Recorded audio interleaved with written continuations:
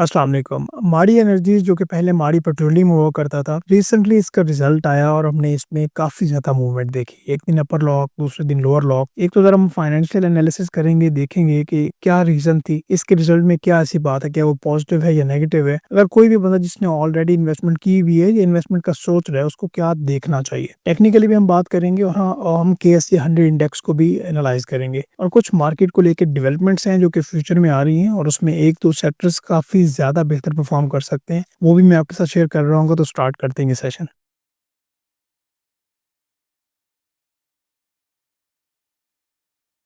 जैसे कि आपको इंट्रोडक्शन में बताया, आज हम मारी एनर्जीज़ लिमिटेड और मार्केट पे बात करेंगे। सबसे पहले मारी एनर्जीज़ को डिस्कस कर लेते हैं और रिसेंटली इसका रिज़ल्ट आया और आप सबको पता है कि कंपनी ने ना तो कैश डिविडेंड दिया, ना बोनस शेयर्स दिए। इसकी ईपीएस में भी कमी देखने को मिली, जिसकी वजह से एक दिन लोअर लॉक, अगले दिन अपर लॉक। अभी ये स्टॉक तो ब्लू चिप है, इतनी ज़्यादा मूवमेंट क्यों है या इतनी ज़्यादा स्पेकुलेशन क्यों है? इसको ज़रा हम असेस असेस करने की कोशिश करेंगे और फ्यूचर क्या एक्सपेक्टेशंस हो सकती हैं, उसको भी हम देखेंगे। सबसे पहले आप पाकिस्तान स्टॉक एक्सचेंज के डेटा पोर्टल के जो अनाउंसमेंट वाला सेक्शन है, वहाँ से जो इसका क्वार्टरली रिजल्ट वाली फाइल होती है, आप उसको डाउनलोड कर लें, जिस तरह ये आप देख रहे हैं। और यहाँ पे हम एनालाइज़ करेंगे और जिस तरह मैं ऑलरेडी आपको तकरीबन हर वीडियो में बताता आ रहा हूँ कि अगर हमने कंपनी की फाइनेंशियल स्ट्रेंथ देखनी है, तो हमने देखना है कि क्या कंपनी की जो सेल्स हैं, क्या उसमें इज़ाफ़ा हो रहा है। अर्निंग पर शेयर तो हम ज़रूर ही देखते हैं एज़ अ इन्वेस्टर कि क्वार्टरली क्या उसमें इज़ाफ़ा हो रहा है, वो कमी हो रही है। इज़ाफ़ा होगा तो ऑब्वियस सी बात ये है कि हम उस कंपनी में फर्दर इन्वेस्टमेंट में जाएँगे, अगर कमी हो रही है, तो रीज़न आइडेंटिफ़ाई करेंगे कि क्या वो पॉज़िटिव है या नेगेटिव है। अभी देखिएगा क्या होने वाला है। 6 मंथ्स का हम एनालिसिस करेंगे। अभी करंट पीरियड और जो लास्ट ईयर का पीरियड था, उसमें क्या सिचुएशन थी और जो 3 मंथ्स जो लास्ट क्वार्टर है करंट पीरियड का और पिछले साल का, उसमें क्या था। अगर हम ओवरऑल सेल्स देखें, तो सेल्स में 6 मंथ्स में हमने कमी देखने को देखी है हमने, और जो लास्ट क्वार्टर था उसमें भी हमने कमी देखी है। आगे फर्दर बढ़ते हैं। देखें, अगर सेल्स में पर्टिकुलरली देख लें, तो ये आप देखें, ये हमें चेंज दिखा और 51 बिलियन से ये 46.6 बिलियन इसकी सेल्स हुई। सेल्स में तो कमी आ गई। अभी अर्निंग पर शेयर को भी एक इन्वेस्टर ज़रूर देखता है, ठीक है?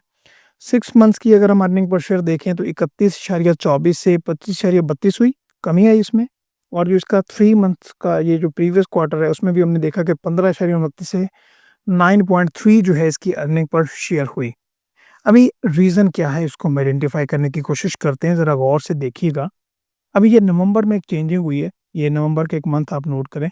यहाँ पे आप ये देख रहे हैं कि नेट सेल्स के बाद यहाँ पे ये रॉयल्टी एंड एडिशनल वॉलहेड चार्जेज़ हैं, ये वाली इसकी बात हो रही है। अच्छा, इसमें ना हमें कमी देखी है हमने कि पहले ये चार्जेज़ हुआ करते थे 12.5% फॉर ओल्ड वेलहेड जो होते थे इनके। अभी इनको बढ़ा के इन्होंने ये क्या कर दिया, 27.5% कर दिया, जिसकी वजह से ये जो रॉयल्टी है उसमें हमें इंक्रीज़ देखने को मिला है। 5.7 बिलियन से 8 बिलियन ये हुई है। एक तो ये फैक्टर है। दूसरा फैक्टर देखिएगा ये वाला, ये तीसरा जो है एक्सप्लोरेशन एंड प्रोस्पेक्टिंग एक्सपेंडिचर। जो अच्छी कंपनी होती है ना, वो अपने आप को ज़्यादा बेहतर करती है, री-इन्वेस्टमेंट करती है, डेवलपमेंट करती है, ठीक है? तो एक्चुअली होता क्या है कि जब फिर उसके फ्रूट्स आते हैं, तो कंपनी को भी बेनिफिट तो होता है और जो उसके शेयर होल्डर्स होते हैं उनको भी बेनिफिट होता है।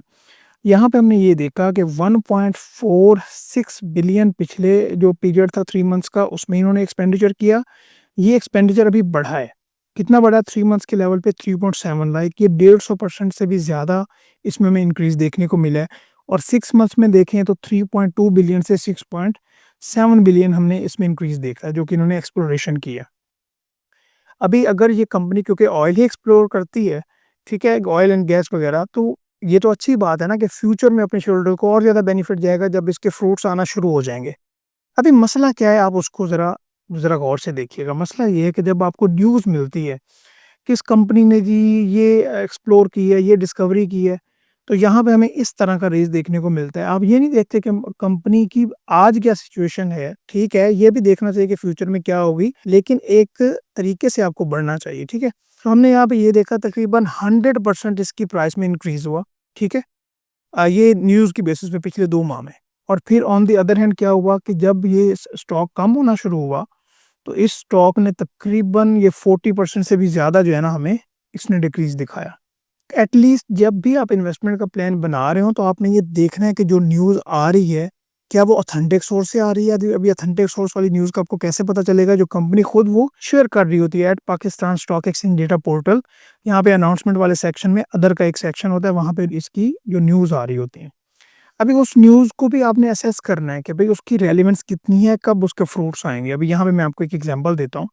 मिसाल के तौर पे अभी केपी में इनकी डिस्कवरी हुई और अभी 3 से 6 माह में फर्दर उसके रिज़ल्ट्स आपको देखने को मिलेंगे और उसकी जो ईपीएस है, या कह लें कि जो पर शेयर उसकी अर्निंग्स बढ़ेंगी, वो तकरीबन 10 से 15 रुपए की एक्सपेक्टेशन है। ये एक रफ एस्टिमेट है कि 10 से 15 रुपए की इज़ाफ़ा होगा अर्निंग में, लेकिन वो नेक्स्ट 6 मंथ्स का मेबी मेरी एक्सपेक्टेशन है कि वो फ़ायदा हो। लेकिन उसका आपको देखना है ना कि आज में ही आप सारी पोज़ीशन ले लेंगे। नहीं, ड्यूरिंग कोर्स आपको थोड़ी-थोड़ी इन्वेस्टमेंट आपको पार करना है, एक तरीक़ाकार से आपने इन्वेस्टमेंट करना है ना, ठीक है?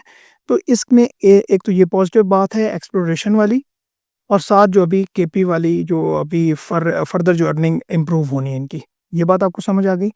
अभी हम टेक्निकल लेवल पे देखें, तो ये जो बात हुई है, ये जो 100% इंक्रीज़ हुआ है, क्या ये पास्ट में हो चुका है? ये पास्ट में 2-3 बार हो चुका है, ठीक है? क्या ये दोबारा भी होगा? बिल्कुल दोबारा भी होगा। अभी हमने सोशल मीडिया पे काफ़ी लोगों को देखा जी, अगर आपने 900 पे भी इस शेयर को ले लिया है तो कोई ऐसी बड़ी बात नहीं है, टोटली फाइन अगर आप लॉन्ग टर्म को देख रहे हैं। ऐसे नहीं होता, ऐसे नहीं होता, आपको प्रॉपर एनालिसिस करना पड़ता है। अगर इस तरह से आप पंप एंड डंप की सिचुएशन हो तो आपको ज़रा ख़्याल करना चाहिए, ठीक है? अपनी इन्वेस्टमेंट को ज़रा रोक लें, मार्केट कहीं पे भी नहीं जा रही। ठीक है? अभी इस कंपनी का जो फ्यूचर है वो तो ब्राइट है, ठीक है? बट क्या सारी ही इन्वेस्टमेंट इसमें पार्क कर दें और एक ही दिन पार्क कर दें, ये गलत स्ट्रैटेजी है। ठीक हो गई बात? अभी हम पर्टिकुलरली बात करेंगे केएससी 100 इंडेक्स की। अभी हमने यहाँ पे इस कंपनी के बारे में क्या मारी एनर्जीज़ के बारे में क्या अपना कंक्लूजन क्या दिया कि कंपनी का फ्यूचर ब्राइट है, बट इसका मतलब ये नहीं है कि जो प्राइस आज के दिन मिल रही है उस पे ले लो। प्रॉपर एनालिसिस कर रहे हैं, ईपीएस को देखें, उसके प्रोजेक्ट्स को देखें, देखें कि ईपीएस क्यों कम हुई है और उसके बाद आप आगे फर्दर बढ़ें। अच्छा, इसमें अगर हम मार्केट को देखें ना, अभी हम टेक्निकल से बात करते हैं, बट मैं आपको एक बात बता दूँ, अभी it's unofficial, but construction industry को लेके एक बहुत बड़ी डेवलपमेंट होने वाली है, जिसमें मेबी हमें बहुत ज़्यादा कंस्ट्रक्शन इंडस्ट्री में रिलीफ देखने को मिले। यहाँ पे मैं प्रॉपर्टी की बात नहीं कर रहा, वो जो 5 करोड़ वाली और 1 करोड़ वाली बात है। मैं कंस्ट्रक्शन इंडस्ट्री की बात कर रहा हूँ, और उसमें सीमेंट सेक्टर और जो स्टील सेक्टर है उसके ऊपर हमें नज़र रखनी पड़ेगी, और उसमें हमें अच्छी कंपनीज़ में हमें अच्छा गेन देखने को मिलेगा। ये बात समझ आ गई?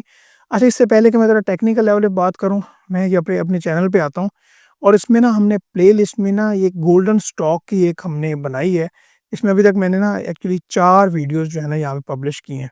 एटलस होंडा ये 12 दिन पहले थी, आप एक काम कीजिएगा, 12 दिन पहले की जो मैंने एनालिसिस किया था वो देख लीजिएगा, और आज इसकी क्या सिचुएशन है वो ज़रूर आपने देखनी है। इस तरह एफएफसी, बेस्टवे, आरएफ हबीब कॉर्पोरेशन लिमिटेड, और इसमें एक और स्टॉक मैं ऐड करने वाला हूँ, और उसके लिए हम टारगेट रख लेते हैं कि इस वीडियो के आप 500-600 लाइक कर दें, तो इंशाल्लाह वो वीडियो भी आपको अगले नेक्स्ट 2 टू 3 डेज़ में अपलोड हुई हुई मिल जाएगी यहाँ पे। अच्छा, हम टेक्निकल लेवल पे आते हैं, अच्छा, यहाँ पे हमने देखा कि कंपनी ये इस पर्टिकुलर इस लाइक मार्केट ने तकरीबन 1,18,000 से प्लस ये मार्केट गई, और फिर मार्केट जो है ना वो साइडवेज हो गई। अच्छा, इस साइडवेज स्टॉक में क्या क्या इन्वेस्टमेंट करनी चाहिए, क्या ट्रेड करनी चाहिए? जब मार्केट साइडवेज हो जाए, तो उसमें जो ट्रेडर्स हज़रात हैं, वो ज़रा रिलैक्स कर जाएँ। मार्केट को पहले सेटल डाउन हो लेने दें, मार्केट कहीं नहीं जा रही। अब इस सिचुएशन है क्या? ये पहले तो इस सिचुएशन को एनालाइज़ करें। यहाँ पे सबसे ज़्यादा जो इम्पोर्टेंट देखने वाली बात है ना, वो हैं ये वॉल्यूम्स। मार्केट ने यहाँ पे जो वॉल्यूम्स की अगर हम बात करें पर्टिकुलरली, तो यहाँ पे मार्केट वॉल्यूम ने अपना हाई लगाया, और यहाँ पे जो एवरेज थी, 1 सेकंड मुझे दीजिएगा। अगर यहाँ पे ये जो आप ब्लू वाली लाइन देख रहे हैं ना, ये एक्चुअली ये 20 दिन की वॉल्यूम ये हमें एवरेज शो कर रहा है। अरे यहाँ पे जो अभी दिन क्लोज़ हुआ है, मैं अगर इस कैंडल पे आऊँ ना, तो यहाँ पे ये ब्लू में देखिएगा कि इसकी एवरेज यहाँ पे क्या चल रही है? यहाँ पे क्या एवरेज चल रही है? 265, और आज के दिन का वॉल्यूम क्या है? 250, और यहाँ पे क्या एवरेज थी? 272, और उस दिन का वॉल्यूम क्या था? यहाँ पे देखिएगा, ये लेफ्ट साइड पे 172, और यहाँ पे एवरेज क्या था? 429 मिलियन डेली का वॉल्यूम, और यहाँ पे डेली का वॉल्यूम लगा कितना उस दिन? 756 मिलियन। तो यहाँ पे वॉल्यूम जो है कंटिन्यूअसली मार्केट में हम ड्राई देख रहे हैं, और जिन कंपनी में वॉल्यूम आ रहा है वो कंपनीज भी बड़ी बहुत छोटी कंपनीज हैं, या जिनमें बहुत ज़्यादा ट्रेडिंग होती है, अंडर 10 रुपीज़ 15 रुपीज़ उनकी वैल्यू होती है, स्पेकुलेशन वाली कंपनीज आप कह सकते हैं। तो इस सिचुएशन में जब तक मार्केट यहाँ से वॉल्यूम इसके बेहतर ना हो, जो कि अभी हमें आगे वाले टाइम में कुछ इतना ज़्यादा बेहतर नहीं लग रहा, महीना 2 महीने की बात करें, तो उस टाइम तक मार्केट में आपको ज़रा रिलैक्स रहना चाहिए। और इस पर्टिकुलर सिचुएशन को अगर हम ऊपर चार्ट्स को देखें, तो यहाँ पे जब तक ये अपना प्रीवियस लेवल, ये 1,18,17,000 का लेवल ऊपर ब्रीच ना करे, तो तब तक हमें जो है ना मार्केट में मोहतात रहना पड़ेगा। अपर लेवल 1,17,000 है और पिछला जो है ना लास्ट ये जो इसने अपना क्लोज किया था, ये 1,05,000, तो ये 2 लेवल जो है हमारे लिए इम्पोर्टेंट है। पॉलिटिकल सिचुएशन, वॉल्यूम की सिचुएशन, जो म्यूचुअल फंड बाइंग कर रहे हैं, फॉरेनर बाइंग कर रहे हैं, इन चीज़ों को अगर हम देखें तो अभी मार्केट अभी साइडवेज में है और फर्दर भी हम इसको इसी ट्रेंड में देखेंगे जब तक वॉल्यूम में बेहतरी नहीं आती या प्रीवियस जो हाई है 1,17,18 में वो बेहतर नहीं होते। तो इंशाल्लाह ताला जैसे ही कोई और डेवलपमेंट होती है तो मैं इसके ऊपर ज़रूर वीडियो भी रिकॉर्ड करूँगा। अपना हमें ज़रूर फीडबैक आप दिया करें, चैनल को भी आप सब्सक्राइब कीजिएगा। नेक्स्ट वीडियो में बात करेंगे। Thank you so much. अल्लाह हाफ़िज़।